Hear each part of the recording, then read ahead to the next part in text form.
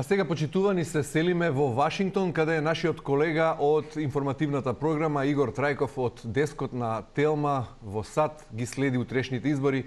Игор, добро утро од студиото на Телма во Скопје или добро вечер по американско време. Поздрав од Македонија. Добро вечер од мене. Благодарам на поздравот. Каква е атмосферата во САД ден пред избори? Атмосферата овде е нормално предизборна, но не во смисла на предизборна како во смисла повеќе на тензична атмосфера, затоа што изминативе години двете партии овдека многу се разидоа и како што и самите нивни аналитичари кажуваат, на овие избори најверојатно се подготвуваат и двете страни да не признаат пораз. Нешто што е невообичаено за американската демократија досега. Прво, во неколку последни изборни циклуски се води мртва трка, победникот е многу неизвестен, а потоа дури и ние овде читаме по агенциите дека дали се подготвува хаос во САД по изборниот ден. Имаш ли можност да ја почувствуваш атмосферата на улиците во Вашингтон или ете таму во хотелот каде што си сместен, онаа тензија за која зборуваш? Не мора да значи дека ќе заврши ова со хаос, сепак овде демократијата е на едно друго ниво. Во Америка се бираат секакви ставници од извршната, законодавната, па и правосудната власт. Тензијата од одредени политички кругови кај демократите, но и кај републиканците, кои така да кажам, започна таа една реторика кога Трамп се појави на политичката сцена.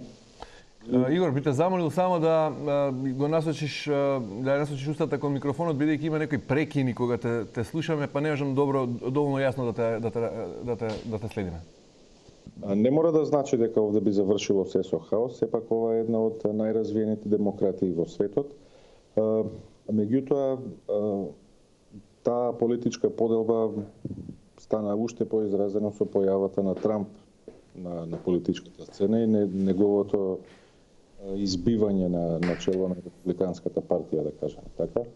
Во Вашингтон овде атмосферата Вашингтон е интересен случај затоа што DC, престолнината на САД, односно како што ја нарекуваат овде District of Columbia, гласа на председателските избори, има 3 електорски гласови, но не може да гласа на изборите за представничкиот дом и за Сенатот. Иако ова административна област се наоѓа под директна управа на Конгресот, односно Конгресот одлучува за низиниот буџет, ги финансира законите, ги финансира силите на јавниот ред и мир и така натаму. Сепак, оваа област традиционално и доминантно гласа за демократите. И така... Еве сега, последна вест што ја читам на глобалните медиуми, дека кога би се прашувала Европската Унија, Камала Харис би била победник, бидејќи Брисел се надева на останување на власт на демократите. Во секој случај, денеска е понеделник наутро во Македонија, задутре ова време веќе ќе бидат познати резултатите, брзо се бројат гласовите, иако станува збор за мртва трка, нели? Па се надеваме дека ќе бидат познати и очекуваме, но меѓутоа во овие така наречените свинг држави и двајцата се многу блиску.